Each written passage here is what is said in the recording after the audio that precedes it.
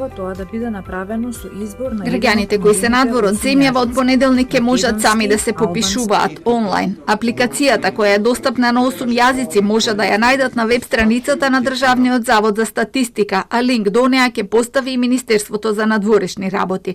Помош за пополнувањето ќе може да добијат и од дипломатско-конзуларните представништва, кои веќе добиле инструкции и отвориле телефонски линии што ќе им бидат достапни 24 часа. Сето ова е со цел колку што е можно поголем број на државјани на Република Северна Македонија кои представуваат во странство да се само попишат за да се добија слика за бројот на лицата кои се оселиле, како и нивната возрастна, образовна и економска структура, од каде се иселиле и во кој период. Овие податоци се од исклучителна важност за анализа и изработка на стратегии и политики за намалување на емиграцијниот бран и планирање на развојни политики кои ќе овозможат услови за нивно враќање во татковината.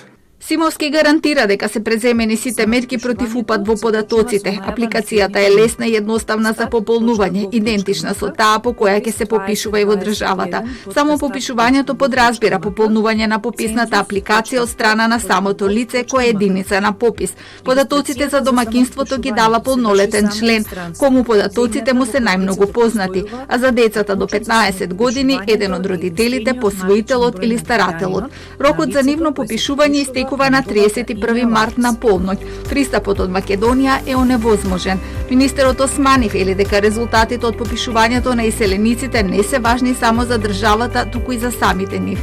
Ќе биде од големо значење за самите наши државјани кои што ќе живеат во странство, бидејќи податоците кои што ги добиваме од нив ќе ни овозможи на нас услугите кон нив да ни бидат навремени, да бидат на местото каде што тие живеат и да бидат целосни. Од понеделник почнува попишувањето и на припадниците на армијата дома и во странство, на лицата кои се во дипломатско-конзуларните представништва, во Обединетите нации, во представништвата на стопанските комори во странство, како и затворениците и лицата во воспитно-поправните домови во земјава.